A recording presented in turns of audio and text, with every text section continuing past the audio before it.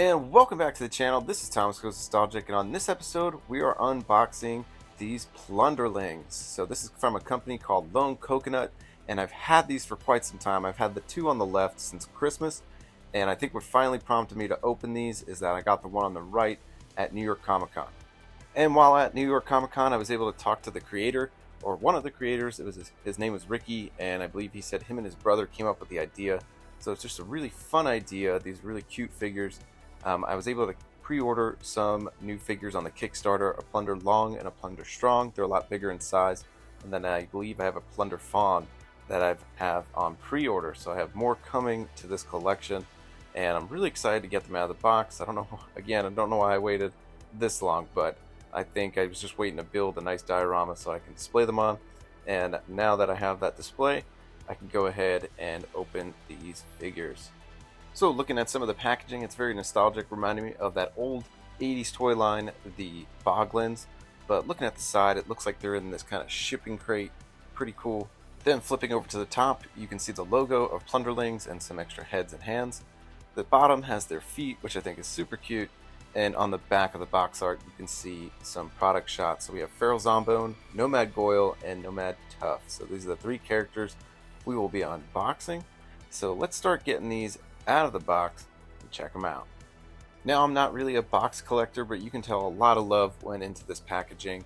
So there was little slits on the side. Once you open the pack, there's some ears that you can put in to kind of complete the look, and on the inside there's kind of a thank you or message to the fans from the creators. So I might have to at least save one of these boxes. They're super awesome.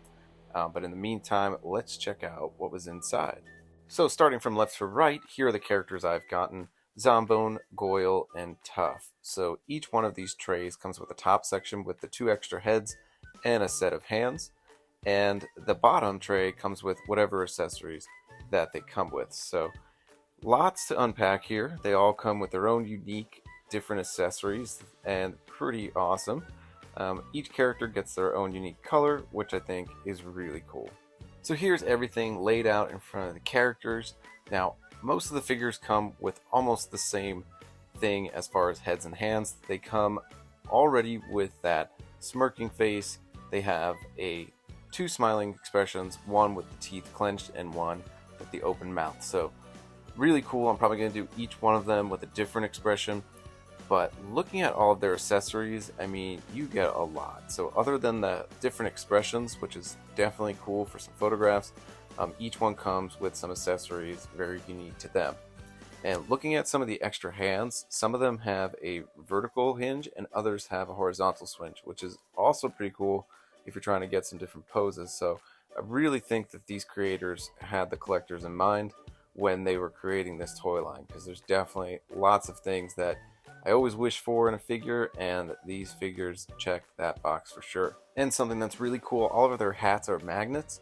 So there's a magnet on the inside at the top of the head and one at the bottom of the hat. So I just thought that was such a cool feature, and they're all like that, so you don't have to worry about them falling off super easy. So nice little touches like that make this a great toy line. Then I'll take my Zombone here and go over some of the articulation. The head has some nice articulation with a ball joint on a hinge, so that's really cool. Great movement there.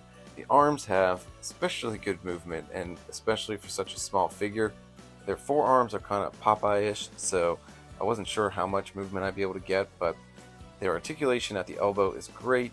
They spin, and then I mentioned before that the movement on the hands was great. So you have that vertical joint, or you can use the hands with the horizontal joints. That's really awesome. And then all these figures have some nice articulation at the waist, and if we're looking down at the legs, they have a cut at the thigh for some extra articulation there. And they do have double jointed knees, and moving down to the foot, they have some great ankle pivot, and they are able to point their toes front and back. So all the articulation you'd like in a modern day figure are in these Plunderlings. So really awesome there. And as mentioned before, each one of these characters has their own very unique color, but there's some cool accented paint throughout the figure. So if you look at the elbows, there's a little darkness there, so that's just a nice little wash or shaded effect. And he also has the same at the front of the knees as well as the ears. So just some nice shading to give it some contrast. Really loving how they did that. Really works well with all of these figures. And there is some shared pieces or reuses from these figures. I mean, they all are basically the same species or character of the Plunderlings. So in this case, I really don't mind. So some come with some unique pieces. Goyle comes with the cape with a peg that there is a hook that you can actually put inside that cape if you want to put any of the accessories and clip them in. So that's really cool. Tuff has the same thing on her cape as well. I'm assuming I'm gonna call her girl. So some of the figures do have some unique sculpting, especially with Tuff's earrings. So really cool little gold paint there makes it really stand out. And now that I've gotten all of these figures out of the packaging and threw some of their accessories on, they all have some kind of headwear. So you see Goyle comes with that little hood, Zombone comes with the skull mask, and Tuff comes with the witch hat. Love that. Goyle comes with those two daggers, Zombone comes with the bone, and then Tuff comes with that big mallet. So really cool. Then they come with these little frogs. I'm not sure if that's what they eat or they just kind of play with them. Not sure, but these figures look awesome on the display. And what I really love about these figures is my brother takes his figures on his trips, takes some pictures with them, and I noticed that a lot in the Plunderling community. So these would be really cool just to kind of have in your pocket when you're going somewhere, take some cool photos. And with most action figure collecting nowadays, we get a whole bunch of extra heads that we don't know what to do with, and then we also get a plethora of hands that just end up in the fodder drawer.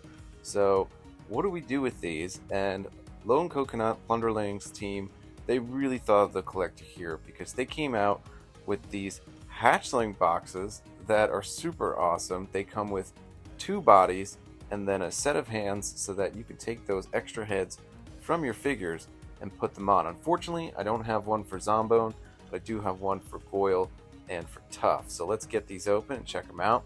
You have these 2 little bodies and there are the interchangeable hands. So you don't have to put much in the fodder box here. You can actually use as much of the product as possible. This is such a cool idea and it works in this occasion. So I just love that they thought of the collector here. Such a cool idea. Let's go ahead and get some of the heads and hands onto these bodies. And how awesome is this? You're not wasting any of these extra pieces if you can get a hold of these hatchlings. So I was able to get some of these at New York Comic Con, and I wish I got the white one. I can't believe I didn't. I actually got another gray one thinking I already had white, but it was reversed, so I should have got the white. So hopefully those go up for order soon. So look at how you can display these and the value you get. At Comic-Con, a figure was $35 and the hatchling body was $5. So I mean, 3 figures for that price, such a deal. But wait, there's more. There's accessory packs, so you get to arm up your hatchlings, arm up your other figures with some cool accessories. So there were multiple accessory packs, but I got this one with the beer mugs, and I just love that it looks like a shipping crate with a lock on it. Really cool. Let's go ahead and get this unboxed. In this accessory pack, we have 2 drinking mugs, we have 2 little handheld slingshots, and then we get a bigger version with an almost rifle-looking slingshot. So pretty neat. Then we get the shield that looks like one of the Plunderlings took a bite out of it, and then we get 2 different hats equipped with those magnets. So kind of like a bandana and almost like a pirate's cap. So really awesome accessory pack. They slip right on to any of the figures, including the hatchlings, because it's all the same head. So pretty awesome.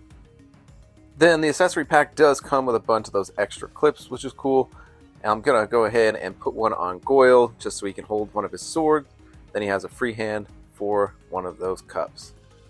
This is just such a fun toy line, folks. I mean, if you have a chance to get any of these, I know a bunch are available online. But some of them that are pretty rare go for a lot on the secondary market. So if you can grab them new and from a retailer, go for it. If not, just follow them on Instagram and their website and see if they have stock. But these are awesome.